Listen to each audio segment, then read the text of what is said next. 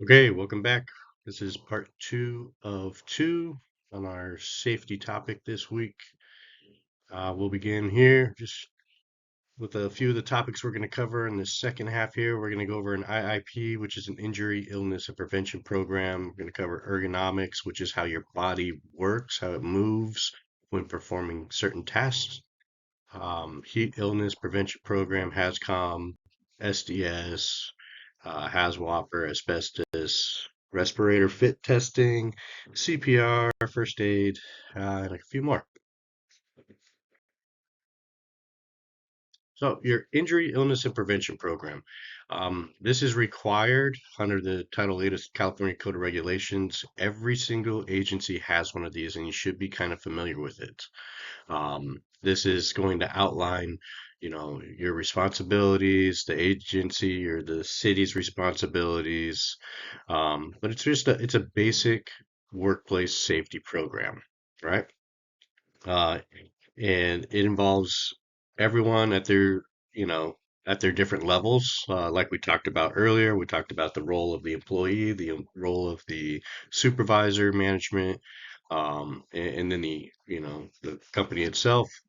Um, and it's designed to correct any workplace hazards, such as, doors that swing open into walkways, making sure that you have that line on the ground, or, installing a window to prevent, people from getting hit by the door.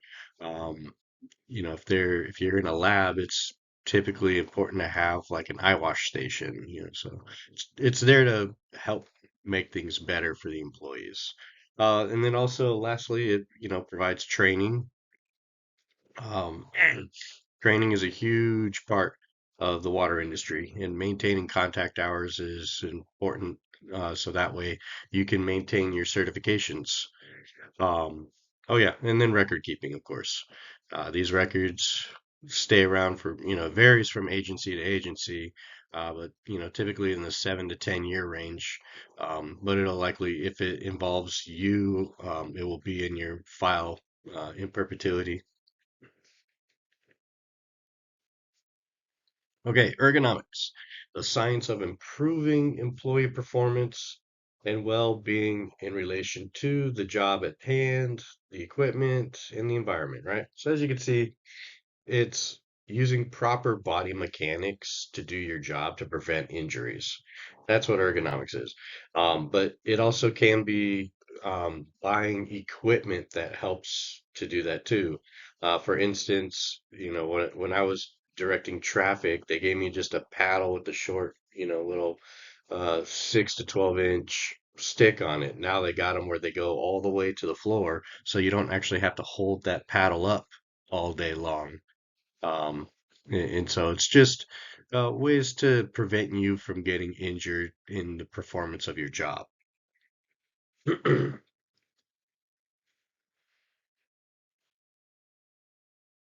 Your heat illness prevention program. So this is another standard at every agency. It's only applicable, it seems like, for a few months out of the year. But, the objective of this program is to reduce the potential for heat illness by making employees aware of the danger of heat illness, um, and ways to prevent heat illness, and actions to take if symptoms occur. So a lot of places will have like this image that you see on the right, and it gives you like a little description of, what is heat exhaustion, what is heat stroke, and then some of the steps to take if you're experiencing or if you're witnessing somebody experiencing some of these symptoms. Hascom, again, this is really standard. This is typically, uh, around the area of labeling, right? That's one way to really um, communicate with people what the hazards or the risks are, right? So, recently Hascom has aligned with globally harmonized system of classification of labeling. So what that means is that if you manufacture a product and there is a hazard or a risk associated with it, the labeling is consistent on a global level. So you don't have to worry about, them not under, they want to say them, anyone in another country, should understand what the hazard and risk is that's associated with your product and vice versa. If you're purchasing products from the EU or, Mexico, Canada, anywhere, you want to make sure that you're just as informed of the hazards that are associated with the product that you're purchasing. So, this is a common and coherent approach to classifying chemicals and communicating hazard information on labels and safety data sheets. So, hazardous communications involves many different aspects. So first, the classification. Um, It'll provide some kind of specific criteria of that health hazard or physical hazard, as well as a classification for both if there's multiple. It'll also include some kind of a label that informs everyone, either through words, pictograms, and a statement of the hazardous classification and categories that the product falls under. You have safety data sheets; those are globally recognized, and it spells out a lot in those 16 sections. We'll get into that. And then also it provides information and training, that employers are required to train workers on how to read these SDSs, just because we deal with so many products, and if you don't have those SDSs on hand during like an inspection, let's say like an ELAP inspection, then you can be fined for that. Right. SDSs. These are formerly known as material safety data sheets. Now they're known as safety data sheets. There's 16 sections to each one, and the sections are the same for every, or at least the structure is the same for every single one. Doesn't matter what the chemical is or the material is. If there's an SDS that's with it, then every single material the will have section one as the material manufacturer's identification and so forth, right? So, what does it cover? Yeah, like the identification of the manufacturer, the hazard or hazards identification, compositions, first aid measures, firefighting measures, accidental release measures, handling and storage, exposure controls, personal protection, so like your PPE. You've got physical and chemical properties, stability, reactivity, and then toxicology or toxological information. Um, the remaining parts are regulated by other agencies. So sections 12 through 15 are regulated by other agencies, not necessarily OSHA.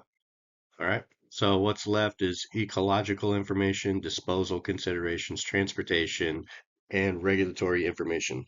Lastly, Section 16 is there to provide any other information that you think would be vital to any purchaser or anyone who's handling that material. Okay, hazardous waste operator, otherwise known as HAZWOPER. Anyone who's been in operations or had to work with chemicals should or is required actually to attend this training. The initial one is a 24-hour training course, so it's usually spread out over a few days. Um, and then every year you're going to have to do a 4-hour refresher. And the topics are always pretty kind of boring, but it is required, and that's regulated by OSHA. But anyone who's going to be, handling any kind of hazardous waste materials should attend this training, or like again, I said, is required to attend this training, and it covers a litany of topics, um, because there's many different types of hazardous waste, and every single different type of waste has to be handled differently. Okay, here we have asbestos pipe, otherwise known as ACP or asbestos cement pipe.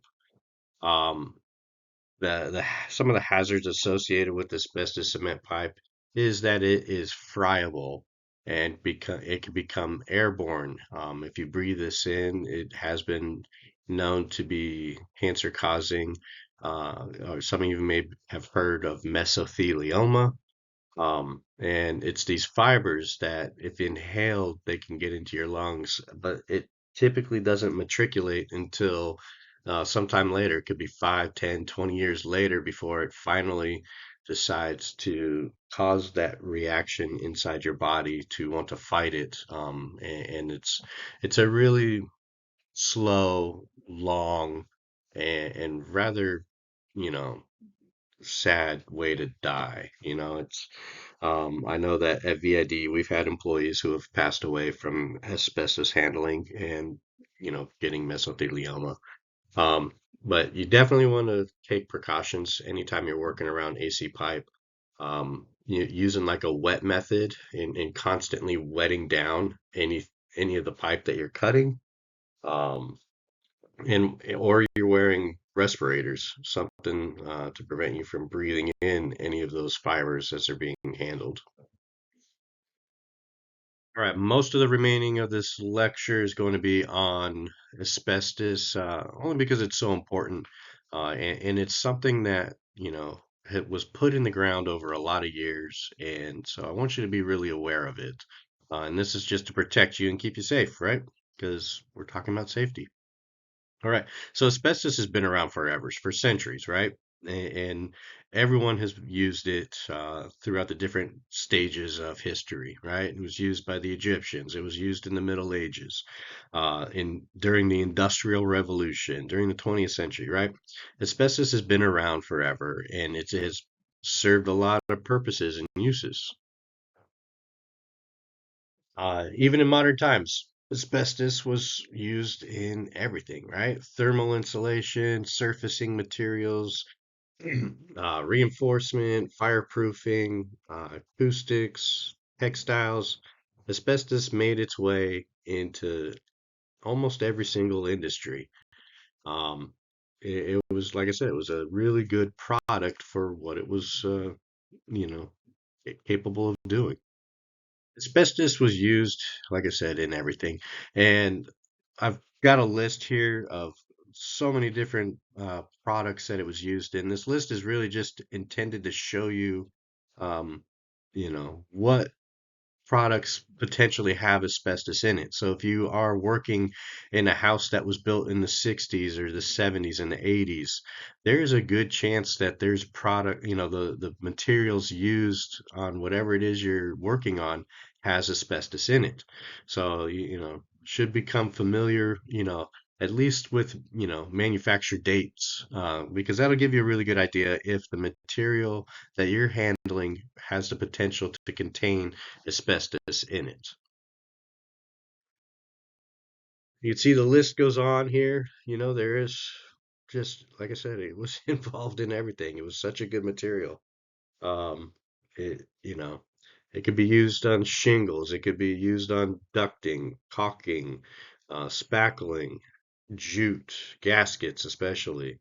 Like I said, boiler insulation. I know that, when I served in the Navy, it seemed like they were constantly having to isolate the boiler room that I worked in to do asbestos removal. Uh, Asbestos made its way into everything. Yeah. So even in the water industry, right? Asbestos was used all over the place. Again, it was lightweight. It was easy to handle. Um, it, definitely served its purpose, and I guess if you were going to use asbestos in any industry, using it in the water industry was, probably good because we were dealing with water and, you know, using like a wet method anytime you're handling it is a way to keep those fibers from being airborne.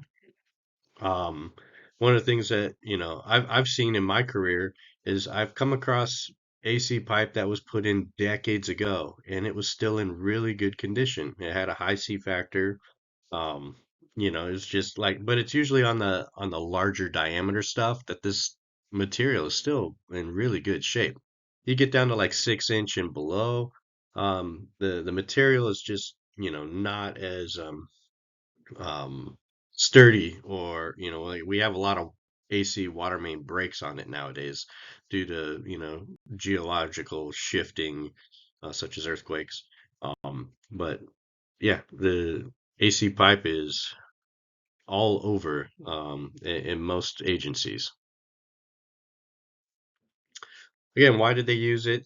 It was a naturally occurring material. It is the state rock of California.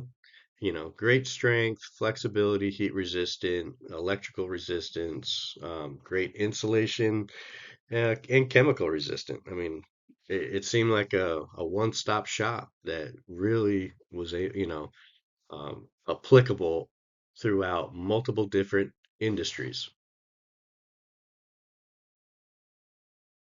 However, there is the potential health hazard that was associated with AC pipe, right? Um, so airborne asbestos fibers, if inhaled deep into the lungs, can cause damage, right? And that's that mesothelioma that we were talking about. It basically treats it like cancer, right? Your body tries to attack it, tries to um, rid itself of it. However, you can't. Those fibers get their hooks into, your body, and they're not coming out, right? Um, so the body's defense mechanisms can't break down those fibers, right? The fibers cause damage to your respiratory system, and basically, that's how it's going to kill you if you get it. Like I said, there's a latency period there. A lot of times it won't matriculate for 5, 10, 20 years, so you can live with it for a long time, and quite possibly not think you have it until one day it starts to rear its ugly head.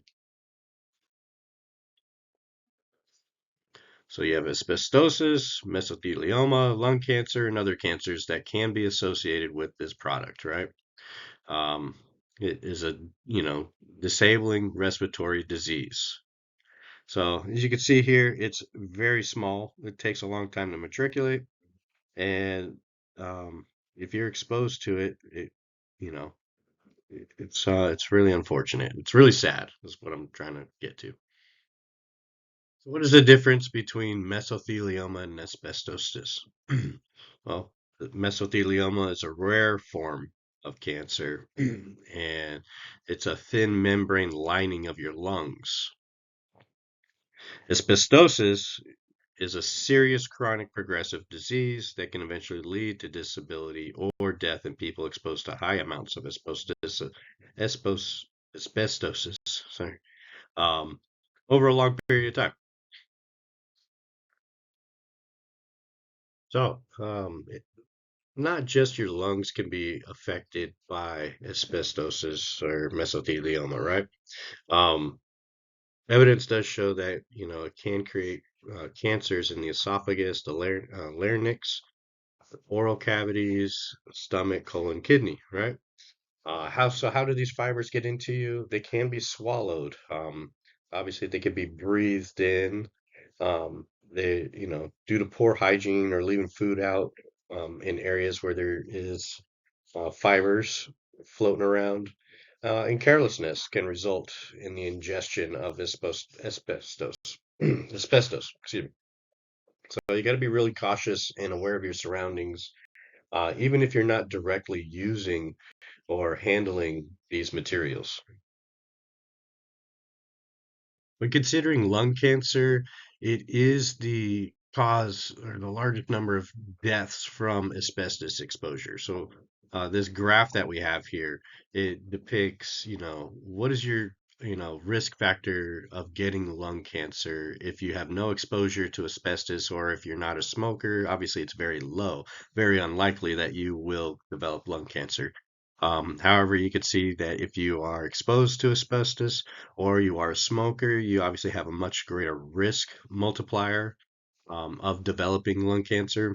However, if you are working around asbestos and you are a smoker, your chances of getting lung cancer go through the roof.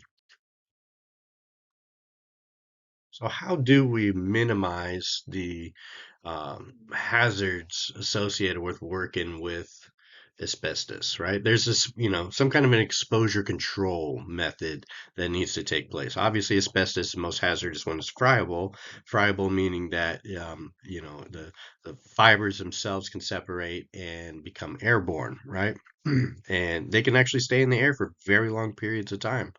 Um, so you got to be aware of this and take necessary steps to prevent or minimize your chances of being exposed to asbestos when you are working with it, right? And so, like one method that I keep mentioning is the wet method. So you make sure you want to wet it down anytime that you are working with it.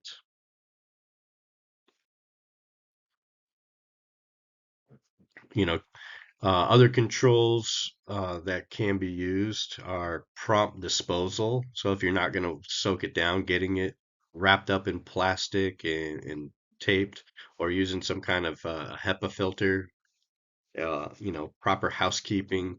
You want to do what you can to, minimize your exposure and those that, are working around you. Um, Anytime, if you're in a confined space or if you're in a space, you want to, kind of isolate it and prevent that from, drifting out and, the fibers are floating away from where you're working around it. Part of your exposure control is training, though. You take some kind of a asbestos awareness training course. The initial course is going to be a 4 hour, followed by annual 2 hour refresher courses.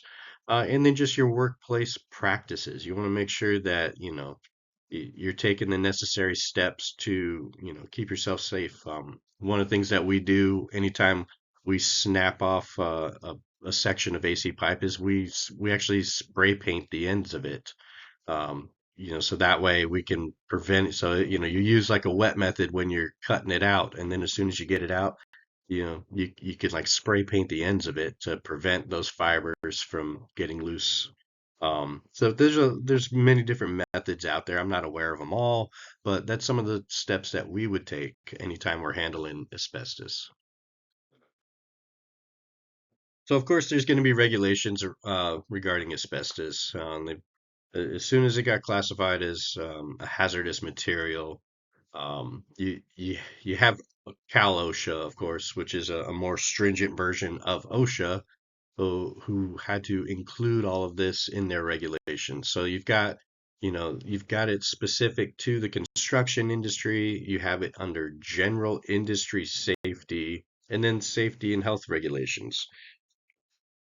So there's many different sections that pertain to asbestos. These regulations cover any activity regarding the releasing or likely to release asbestos fibers. So you can see that, obviously, like I said before, if you're doing construction or remodeling on a house that was built anywhere between the 60s, 70s, 80s, and then maybe the early 90s, there's a high chance that there are building materials that contain asbestos. Like I pointed out earlier, it was used um, in almost every single product that was used during construction. So, what do these regulations touch on? Well, they touch on the fact that um, there needs to be some kind of an assessment or an evaluation of the hazards that are potentially there. There needs to be communication, and there needs to be some kind of an exposure control program, right? So the regulations actually have what they call a permissible exposure limit, or a PEL. You might be familiar with that with other gases. But for asbestos, it's zero point 0.1 fibers per cubic centimeter of air. I mean, that is extremely small. And that's over an 8 hour time weighted average, a TWA, right? So, I mean, you can only imagine, like, there has to be almost nothing there, And same with the short-term exposure limit, right? A one fiber per cubic centimeter in a 30-minute time period, right? So really, I mean, you want to make sure that, you're not putting yourself in a situation where, you can breathe this in. But if you are going to be in an atmosphere where fibers are floating around, it's important that you have been through respirator fit testing. This is a testing that's done every year. It's kind of funny because, it's all of us guys that like to grow out our beards throughout the year, and then, we have to shave them off in order to do this. We always look so much younger. Um, but yeah, you want to make sure that you have a properly fitting gas mask, and that you have the proper filters installed. Um, there's two tests that are performed during this, respirator fit testing, and that's a qualitative and a quantitative testing. And so they use, machines that will detect any kind of leakage in your mask. They'll, make sure that you can't smell anything. They have you turning your head side to side, up and down, and you're reading a script to simulate, like kind of like working with a gas mask on. They'll have you march in place. They'll have you doing different tasks during the respirator fit testing, just to ensure that that mask does fit you properly and that you're not going to expose yourself to any of the fibers that you may encounter.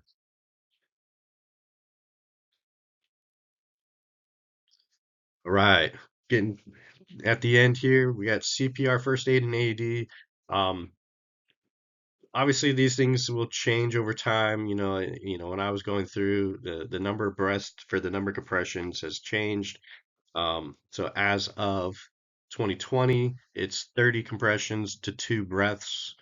You should be familiar with how to use an AED. Those are, there's actually in San Diego, there's a program, it's called Heartbeat San Diego, and they are who monitor and regulate the AEDs that are installed at every facility. Like they keep track of every single one of them.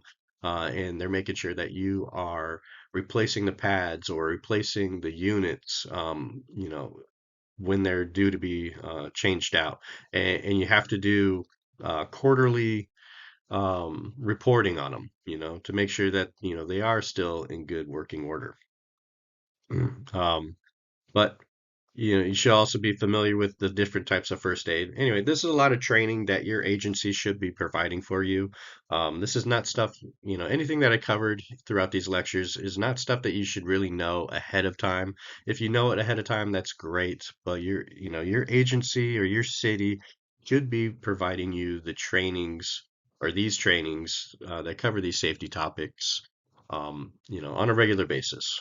So, if you have any questions about it, like I said, there's the IIPP, the Injury, Illness, and Prevention Program. That will have a good outline of everything that your agency or city should be doing as far as safety program is concerned. Um, and with that, most importantly, yeah, take care of yourself, right?